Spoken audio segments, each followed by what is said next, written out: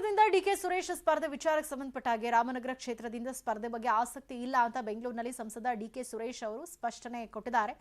ನನಗೆ ರಾಜ್ಯ ರಾಜಕಾರಣದಲ್ಲಿ ಆಸಕ್ತಿ ಇಲ್ಲ, ಉಪಚುನಾವಣೆ ಬಗ್ಗೆ ನನಗೆ ಬೇಸತ್ತು ಹೋಗಿದೆ, ಜನರ ದುಡ್ಡು ಪೋಲ್ ಮಾಡೋದಕ್ಕೆ ನನಗೆ ಇಷ್ಟ ಇಲ್ಲ ಅಂತ ಡಿಕೆ ಸುರೇಶ್ ಅವರು ಹೇಳಿದ್ದಾರೆ.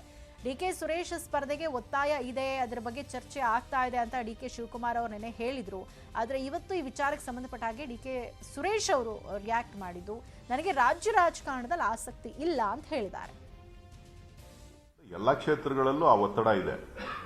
ನನಗೆ ರಾಜರಾಜೇಶ್ವರಿ ನಗರದವ್ರು ಕೇಳ್ತಾ ಇದ್ದಾರೆ, ಬೆಂಗಳೂರು ದಕ್ಷಿಣದವ್ರು ಕೇಳ್ತಾ ಇದ್ದಾರೆ, ಚನ್ನಪಟ್ಟಣದಲ್ಲಿ ಕೇಳ್ತಾ ಇದ್ದಾರೆ, ರಾಮನಗರದಲ್ಲಿ ಕೇಳ್ತಾ ಇದ್ದಾರೆ.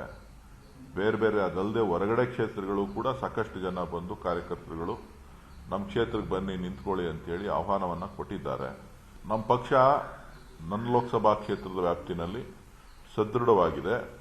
ಅದರಲ್ಲೂ ವಿಶೇಷವಾಗಿ ರಾಮನಗರ ವಿಧಾನಸಭಾ ಕ್ಷೇತ್ರದಲ್ಲಿ ಕಳೆದ ಬಾರಿ ಚುನಾವಣೆಯಲ್ಲಿ ಸ್ಪರ್ಧಿಸಿದಂತ ಇಕ್ಬಾಲ್ ಹುಸೇನ್ ಅವರು ಕಳೆದ 4.25 ವರ್ಷಗಳಿಂದ ಕೂಡ ಕ್ಷೇತ್ರದಲ್ಲಿ ಜನಸಾಮಾನ್ಯರ ಕಷ್ಟ ಸುಖಗಳನ್ನು ಆಲಿಸ್ತಾ ಕೆಲಸ ಮಾಡ್ತಾ ಇದ್ದಾರೆ. ಸೊ ಹಾಗಾಗಿ ಆ ಕ್ಷೇತ್ರದ ಎಲ್ಲರೂ ಕೂಡ ಅವರ ಒಬ್ಬರ ಹೆಸರನ್ನೇ ರೆಕಮೆಂಡ್ ಮಾಡಿದ್ದಾರೆ. ನಾನು ಕೂಡ ಅದನ್ನ ರೆಕಮೆಂಡ್ ಮಾಡಿದ್ದೇನೆ.